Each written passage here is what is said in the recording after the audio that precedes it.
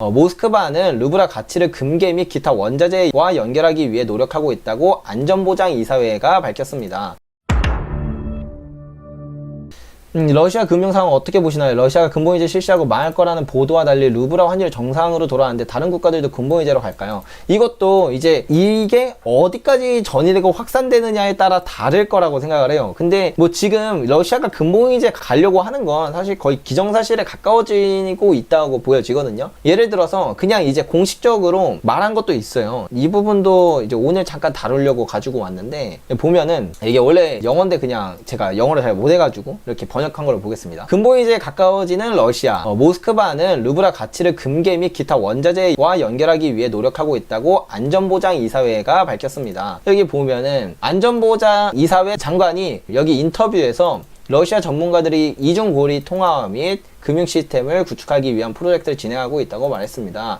이 프로젝트는 금과 통화 가치를 나타내는 다양한 상품으로 러시아 통화를 제공하는 것을 포함한다고 설명했습니다. 그러니까 러시아 통화를 그런 금과 같은 상품들에 연동을 시키겠다. 이제 그 말이잖아요. 그러니까 근본이자 하겠다. 지금 그 얘기를 하는 거죠. 그러니까 이거를 안전보장이사회에서도 이렇게 대놓고 이야기한다는 건 이제는 점점 이제 그냥 그렇게 좀 공식화하고 있다. 이렇게 보이는 것 같습니다. 이거 말고도 지금 뭐 가스 대금 루브라로 결제 안 하면 이거 하겠다. 뭐 그 가스 잠그겠다 해가지고 실제로 지금 2개 국가 잠갔죠. 폴란드랑 불가리아였나요? 예. 그리고 뭐 지금 가스 대금 루브라로 결제했다는 게 지금 4개나 나왔죠. 그 기업만 해도 10개의 기업이 그렇게 루브라로 결제를 했다고 하고, 예. 이게 다 사실은 뭐 그냥 어떻게 보면 제가 볼 때는 좀 대놓고 이 근본이제에 대해서 그냥 밀고 있는 것처럼 좀 보여집니다.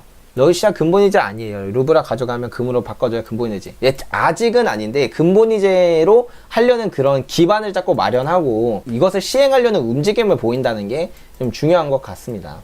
유럽 일부 국가 루블로 가스 탄다고 합니다. 예, 맞습니다. 이제 정확히 밝혀지진 않았는데 이게 정확히 밝혀진 건 아니에요. 오피셜은 아닙니다. 이제 그 카더라에 의하면 헝가리랑 오스트리아 그리고 독일, 바티칸 이렇게 4개 국가가 그 이미 가스를 러시아 가스를 루블화로 결제했다는 말이 있습니다. 네, 뭐 말이 있는데 뭐 저도 좀 찾아보니까 뭐 일단 오피셜은 아니더라고요. 근데 이게 좀 이런 이야기가 있어서 이런 이야기가 있더라고요. 그레이트 리셋이라는 게 부채가 많은 개인들을 파산시켜서 기본소득 같은 사회주의적 경제체제로 가는 것 같던데 맞나요? 아, 전혀 아닙니다. 전혀 아니고 근데 물론 이상하게 이상한 건 아니에요. 그 그레이트 리셋으로 갈 때 항상 저런 포퓰리즘 정책이 따라오는 건 맞아요. 근데 이게 왜 그런지도 좀 같이 설명을 드려야 되는데 이게 그레이트 리셋 자체가 사회주의적 정책이냐? 그건 아니에요. 그러니까 우리가 항상 생각하는 뭔가 뭐 배급 막 이런 느낌 있잖아요. 그레이트 리셋의 그 핵심에는 이런 게 없어요. 근데 그레이트 리셋을 하는 그 시기가 이런 쪽이 좀 더 각광받는 시기에 그레이트 리셋을 하게 되는 이게 좀 설명하기 애매한데 왜 그런지부터 설명해 드릴게요. 우리가 부채가 이렇게 늘어나잖아요. 부채가 늘어나는 시기를 이제 레버리징이라고 해요. 리징. 근데 우리가 그 전에 먼저 아셔야 되는데 부채 이퀄 돈입니다. 부채가 늘어난다는 건 돈이 늘어난다는 거랑 똑같은 말이에요. 왜냐하면 돈이라는 건 부채가 생기면서 돈이 생기는 거니까. 그러니까 내가 갖고 있는 모든 돈은 누군가의 부채라는 걸 우리가 먼저 이해를 해야 돼요. 그러면 부채가 이만큼 늘어난다는 건 세상에 돈이 이만큼 많아졌다는 거예요. 근데 돈이 많아지면 우리도 알지만 부자들이 더 부자가 돼요. 그리고 가난한 사람들은 크게 월급이 뭐 늘어봐야 크게 늘지 않고 사실 자산이 크게 늘진 않거든요. 왜냐면 우리가 뭐 사업을 잘하는 것도 아니고 뭐 사업을 잘했으면은 애초에 그 중산층이 아니겠죠. 예, 그렇기 때문에 돈이 많아지면은 사업가와 투자자의 자산이 기하급수적으로 늘어요. 그에 비해 뭐 노동자 이런 사람들의 그 자산은 이만큼씩 늘고요. 그러면 이 격차가 어마어마하게 벌어지잖아요. 그래서 양극화가 엄청 심해지거든요. 그러면 여기서 이 양극화가 정말 그게 다라면 사람들이 이제 포퓰리즘 정책을 원해요. 이게 그냥 역사적으로 무한 반복이에요. 이거는 그냥 막 1600년대부터 봐도 그냥 제국이 망하는 그런 것도 다 이런 것들이 계속 반복되면서 그렇거든요. 포퓰리즘이 각광을 받아요. 왜냐? 나는 가만히 있는데 쟤네 부자들은 맨날 더 커져가지고 이제는 막 집값도 막 너무 올라서 엄두도 안 나고 이러니까 차라리 쟤네들을 끌어내려라. 내가 못 올라간다면 쟤네를 끌어내려라. 이런 식으로 사람들이 생각을 하거든요. 근데 이 부채를 어차피 줄여야 되는 이 최고조의 상황에서 이 부채를 줄이는 여러 가지 방법이 있는데, 디레버리징을 한다는 거, 이 부채를 줄인다는 건 돈을 또 줄인다는 얘기잖아요. 그러면 사실 사업가와 투자자의 입장에서는 정말 힘들어지는 거예요. 물론 노동자들의 수입이나 이런 것도 많이 줍니다. 그러니까 돈이 줄어들면서 이것이 줄면은 기업들이 힘들어지고, 기업들이 그러면은 뭐 구조조정을 거치고 이런 것들을 계속 하니까요. 그러면은 이제 전체적으로 시장 자체가 확 가라앉으니까 정부가 이 시장을 어떻게 해서든 버텨줘야 되거든요. 디레버리징을 하는데 그냥 뭐 니네들 망하든지 말든지 맘대로 해. 어쨌든 일단 우린 부채 줄이는 게 먼저야. 이런 식으로 부채가 줄이는 게 먼저지만 그런 식으로는 못 간다는 거죠. 왜냐? 정부라는 게 만약에 독재를 하고 있으면 말이 조금 달라요. 독재를 하고 있어도 솔직히 문제가 되긴 하는데, 독재를 하고 있는 게 아니라고 생각을 해볼게요. 모든 대통령은 국민이 뽑습니다. 근데 국민의 사실 그러니까 대다수가 중산층 이하예요. 중산층부터 그 이하라고요. 근데 그럼 여기에 이제 뭐 유권자의 표가 90%가 있다고 치죠. 그럼 이들이 원하는 정책을 말하는 사람이 대통령이 되는 거예요. 그러면 얘네들이 굶어 죽게 생겼는데 뭐라고 하겠냐는 거죠. 그러면은 당연하게 또 요구하는 게 부자세를 걷어라. 막 누진세 걷어가지고 부자들 돈 뺏어서 그걸로 복지를 늘려라. 이런 식으로 가거든요. 디레버리징을 하면 다 같이 힘들어지는데, 이 중산층이 특히 표가 많으니까 이 중산층들은 이런 식 복지를 늘리고 뭔가 포퓰리즘 정책을 할 수 있는 거를 만들어라. 그리고 일자리 없으니까 일자리 만들어라. 그 일자리는 어떻게 만들어요? 디레버리징을 하는데 일자리 못 만들어요. 그러면 공공사업을 늘립니다. 이 모든 것들이 사실 어떻게 보면은 아까 말씀하셨던 그런 사회주의적인 그런 정책의 방향으로, 그러니까 그레이트 리셋 자체는 그냥 부채를 줄이는 건데, 그 과정에서 사람들, 그러니까 그 유권자들이 그런 식으로 원하는 대통령을 뽑으니까 이런 정책들이 자꾸 나오는 거라고 생각을 하시면 됩니다. 독재이면은 이런 중상층들의 그러니까 유권자들의 말 다 무시해도 되는 거잖아요. 물론 그래가지고 반란이 일어나는 경우도 좀 많긴 한데, 어쨌든 그래서 그레이트 리셋이 워낙 좀 급진적인 정책이다 보니까 그 과정 가운데서 좀 저런 일들이 많이 있습니다. 네세라게세라 뭔가 재밌을 것 같아요. 예, 진짜 내용은 재밌어요. 내용은 재밌고, 네세라게세라는 그레이트 리셋이랑 다른 건가요? 좀 일맥상통한 부분도 있는데 그 조금 그 미묘하다고 봐야 되나? 아무튼 그 디테일한 차이에서 좀 차이가 납니다. 네세라게세라는 조금 더 극단적이고 뭔가 진짜 음모론에 가까운 이야기고, 그레이트 리셋은 음모론이라기보다는 역사적 사실이지만 좀 더 급진적인 정책이라서 그런 거다. 이렇게 생각을 하시면 될 것 같습니다.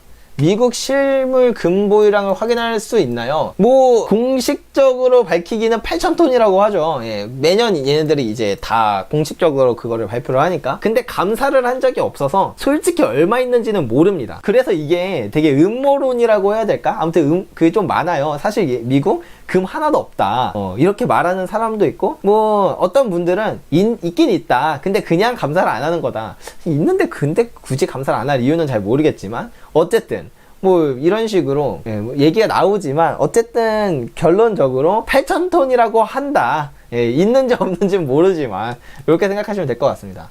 CME 그룹 모건성님 보유량이 좀 이상한데 설명 좀 부탁드려도 될까요? 일단 그럼 간만에 우리 CME 그룹의 지금 JP 모건 성님이 은을 얼마나 모았는지 한번 살펴보죠. 가장 최신 데이터로 한번 제가 가져와 보겠습니다. 제가 저번에 마지막에 봤을 때 1억 8,700만 온스 정도 됐었는데 지금은 얼마 정도 됐을지 궁금합니다. 자, 봅시다. JP 모건 체이스 여기 있네요. 지금 1억 7,300만 온스까지 줄었군요. 근데 이거 최근에 그 CME 그룹에서 그 실물 인도하는 양도 같이 발표를 하거든요. 그거 제가 자료를 지금 안 갖고 있긴 한데 올해 1월부터인가 그 실물 인도분이 엄청나게 늘었어요. 그게 뭐 다 JP모건이 가져간 건지 아니면 다 같이 가져간 건지는 몰라요. 아무도 모르는데 그게 엄청 늘은 걸로 봐서는 JP모건이 이거를 지금 실물 인출해서 개인 금고로 가져간 게 아닐까라는 그런 얘기가 좀 중론이긴 합니다. 네. 그리고 이제 급격하게 는 게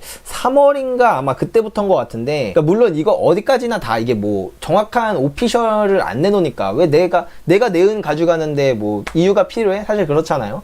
예, 그런 시기라서 오피셜은 없지만 저의 그 좀 개인적인 생각으로는 일단 러시아의 그 스위프트 제재로 인해서 이 디지털 자산들 솔직히 동결해버리면 답이 없단 말이에요. 그리고 이번에 니켈 사태로 그거 보세요. 니켈 사태로 막 니켈 막 가격 폭등하니까 뭐 쇼 쳤던 그런 기관들 막 다 거의 나락가기 직전 돼가지고 거래소가 그것들 돈 막 다 환불시켜주고 그랬잖아요. 솔직히 말해서 이거 자본주의에서 이거 말이 안 되는 거거든요. 예, 근데 어찌됐든 이런 여러 가지 일들이 좀 지금 최근에 많이 벌어지면서 이 디지털 자산이라는 게 정말 믿을만한 거냐에 대한 그런 의심이 세계적으로 좀 많이 일어나고 있는 것 같습니다. 그래서 아마 그것도 이런 실물 인출에 대한 그런 걸 이제 부채질하지 않았을까 좀 싶습니다. 왜냐면 너무 뜬금없이 3월부터 실물 인출이 너무 급격하게 늘었어요. 그래서 좀 그런 이유가 아닐까 개인적으로 생각하기는 합니다.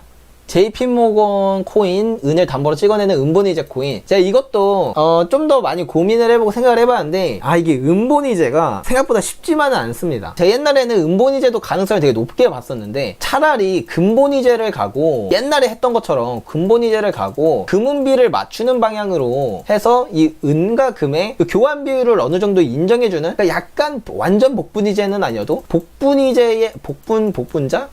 복분이제 복본이제, 복본이제에 가까운 그런 게 있겠지. 은본이제는, 그러니까 은만을 돈으로 하는 거는 솔직히 쉽지 않다. 그 이유가 첫 번째, 은이 산업 수요가 너무 많아요. 예를 들어서 은을 돈으로 하게 되면 이제 은본이제가 만약에 된다고 치죠. 만약에 된다고 치면 많은 사람들, 그러니까 뭐 국민들부터 국민, 뭐 기관들, 그 다음에 정부, 중앙은행들 이런 애들이 은을 모을 거 아니에요. 이제 지급준비금 같은 경우로 이걸 모으고 있으면 이 산업 수요가 부족해지는 그런 현상이 벌어지니까 애초에 그 세계가 이거를 합의하기가 쉽지가 않다는 거죠. 은을 그럴 거면 차라리 금본이제를 가자 이렇게 가는 거예요. 왜냐면 금은 산업 수요가 10% 정도밖에 안 되기 때문에 충분히 가능성이 있으니까. 그래서 은본이제를 가기가 참 쉽지가 않을 것 같다. 두 번째 이유는 딱히 없네요. 아무튼 저는 이것 때문에 좀 은본이제는 쉽지 않을 것 같고 아마 가장 가능성 높은 건 이 복분이제 같은 경우 복분이제에 가까운 게 좀 되지 않을까 생각을 합니다. 금이 이제 가장 그 담보가 되는 자산이 돼 금과 은의 교환 비율을 어느 정도 인정해주는 그런 느낌이 되지 않을까 싶습니다. KRX 금금이 안전하지요. 예, 되게 안전한 편이긴 합니다. 물론 그렇다고 해서 디지털 자산의 특성상 100% 안전하지만은 않아요. 왜냐면 정부도 사실 믿을 만한 게 아니거든요. 지금 단지 안 뺐을 뿐이지 정말 필요한 시기가 되면 뭐 우리가 갖고 있는 금과 은 디지털로 갖고 있는 거 정말 다 뺏길 수 있어요. 물론 그 뺏는다는 의미가 야 내놔 하고 가져간다기보다는 그 약간 강매에 가까운 느낌? 무보수로 가져가는 건 아니고 보수를 해주긴 해주는데 자국 화폐를 보수로 해주고 그리고 좀 터무니없는 가격에 예컨대 그 이번에 러시아가 그 부가세 폐지하고 나서 그 1g당 5,000루블에 고정을 시켜서 매입을 하잖아요. 그것도 되게 비슷한 맥락이에요. 정부가 금이 필요하면 신용기관들이나 거기에 예치된 금들에 한해서 그렇게 좀 헐값에 가져갑니다. 원래로 따지면 그 당시에 루블화로 평가를 했을 때 1g당 한 6,600루블 정도가 됐었는데 그 5,000루블에 헐값에 가져간다는 거잖아요. 근데 사람들은 사실 루블화 갖고 있어도 쓸 데도 없는데 이거 딱 스위프트 제재 맞아서 쓰지도 못하는 돈인데 이걸로 이렇게 막 강제로 가져가는, 뭐 어떻게 보면 그게 뺏는 건가? 뭐 아무튼 좀 그런 식으로 하기 때문에 그래서 디지털 자산의 특성상 어느 정도의 리스크는 분명히 있다. 그런 극단적인 상황에서는. 근데 뭐 다른 것들, 뭐 다른 ETF나 이런 거랑 비교를 했을 때는 디지털 자산 안에서는 되게 안전한 편이긴 해요. 왜냐면 우리가 실제로 거기서 디지털로 KRX로 거래를 하게 되면은 한국예탁원이라는데 그 실물이 인도가 돼요. 그래서 그런 식으로 돼서 좀 안전한 편에 속하긴 합니다. ETF는 상장 폐지되는 경우도 있고 그러니까. 미국에서 금보유 및 거래 금지하고 몰수했을 때 은도 포함됐나요? 은은 안 됐습니다. 은은 웬만해서 그런 걸 하진 않아요. 왜냐면 은이 또 산업적으로도 많이 쓰이기도 하고 기본적으로 양이 너무 많아서 그거는 통제가 안 돼요. 어차피 금도 통제를 못 해요. 현물 금을 통제를 했었던 때는 없었거든요. 진짜 옛날에 막 무슨 섬나라 같은데 이런 데나 통제를 해서 거래를 못하게끔 좀 막는 건 있었지, 막 뭐 찾아가지고 얘 금 막 몰수하고, 사실 이런 거는 사실 불가능에 가까우니까 그냥 툭 까놓고 말해서 진짜 금을 다 몰수하겠다 했어요. 그래서 막 제가 금산 기록을 봤단 말이에요. 정부가. 그래서 막 금 뺏으러 와도 제가 막 뒷동산에 묻어두던가 아니면 뭐 친척집에다가 뭐 맡겨두던가 하면은 뭐 알 수가 없잖아요, 제 현물이 어디 있는지. 근데 그럼에도 불구하고 금은 좀 더 어떻게든 하려는 그런 경향성이 있지만 은은 그랬던 적이 거의 없다. 옛날에 그린백, 그 남북전쟁 하면서 링컨이 그린백 했었잖아요. 그때 이제 그게 은본위제였는데, 근데 그 은본위제에서 금본위제로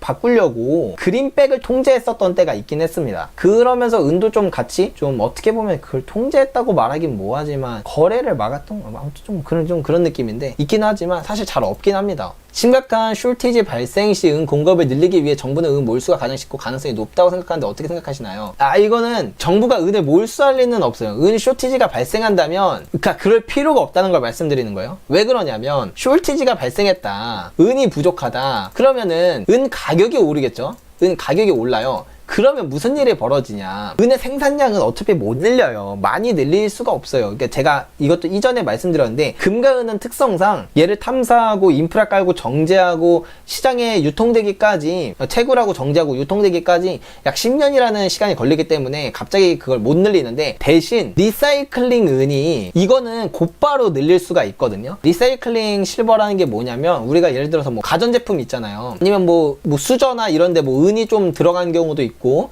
이런 식으로 은이 약간 좀 포함된 거에서 은을 추출해내는 거를 말해요. 그래서 이런 데가 이제 도시광산이라고 말하거든요, 보통. 네, 그래서 이런 가전제품이나 이런 데서 금이나 은 같은 거를 추출해내는 걸 해요. 근데 제가 이제 도시광산의 그 사장님도 몇 번 만나 뵀어요. 뭐 공동구매 이런 거 또 하려고, 원래 거기랑 하려고 좀 했었는데, 그 도시광산이랑 하면은 또 여러 가지 문제가 있어가지고 추진을 못했지만, 근데 이 도시광산 사장님이랑 얘기를 많이 했는데, 이 사장님이 하는 말이 그거예요. 은은 가격이 너무 싸서 사실 만약에 어떤 제품을 받았는데 안에 뭐 딱히 뺄 것도 없고 은밖에 은 좀 있다 하면은 그냥 이 가전제품 통째로 버린대요. 왜냐면 이거 빼는데 들이는 인건비가 더 드니까. 근데 이제 은 가격이 올라가면 이런 것들도 이제 채산을 하겠죠. 그러면 이제 채산성이 높아지니까 이 리사이클링 실버에 대한 공급량이 맞춰지면서 일단 어느 정도 그 부족한, 그러니까 산업 수요에서, 그러니까 투자 쪽에서는 못 맞추죠. 지금 산업 수요가 모자란데 투자를 어떻게 맞춰요? 산업 수요의 부족한 부분은 좀 채워줄 수 있을 거라고 생각을 합니다. 네, 그래서 이 리사이클링 실버가 많이 늘어날 거다. 그래서 뭐 정부가 몰수하거나 뭐 그런 거는 굳이 생각 안 하셔도 될 거라고 생각을 합니다. 실버바 32kg 모았는데 땅에 묻어두어야겠음. 그러니까 전쟁 나면 어떻게 가지고 다니냐? 예, 맞죠. 뭐 전쟁 나면은 어떻게 가지고 가겠어요. 은보다는 금이 낫죠. 그래서 실제로 전쟁을 생각한다면, 진짜 내가 전쟁 날 걸 대비한다면 금을 모아두는 것도 좋지만 뭐 식량이라던가 총이나 칼 이런 거를 같이 모아둬야 돼서, 사실 금만 많이 모아두는 건 전쟁에서 또 의미가 없어요. 그런 디스토피아? 이런 걸 생각한다면 금보다도 식량이나 총, 칼을 모아야 됩니다. 그러니까 어쨌든 그 전쟁 나면 어차피 그 실버바 그 무거운 거 어떻게 들고 가냐. 전쟁 나면요, 애초에 식량이 짜셉니다. 예, 금도 필요가 없어요. 식량과 총, 칼이 최고예요. 진짜로 역사를 돌이켜보면 그렇고요. 예, 그런 식으로 가면은 이제 또 할 말이 없어지는 거고, 뭐 예를 들면은 그냥 국가의 화폐가 제 가치를 못한다 하면은 금이든 은이든 다 똑같은 가치를 부여받기 때문에 그건 또 상관이 없고요. 총을 어떻게 준비해요? 그러게요. 총은 준비를 못하겠네요. 그럼 칼이나 뭐 예를 들면 뭐 새총이라던가 뭐 아니면은 뭐 비스무리하게 뭐 양궁 뭐 비스무리하게 뭐 활이라던가 이런 걸 준비하면 되지 않을까 싶습니다.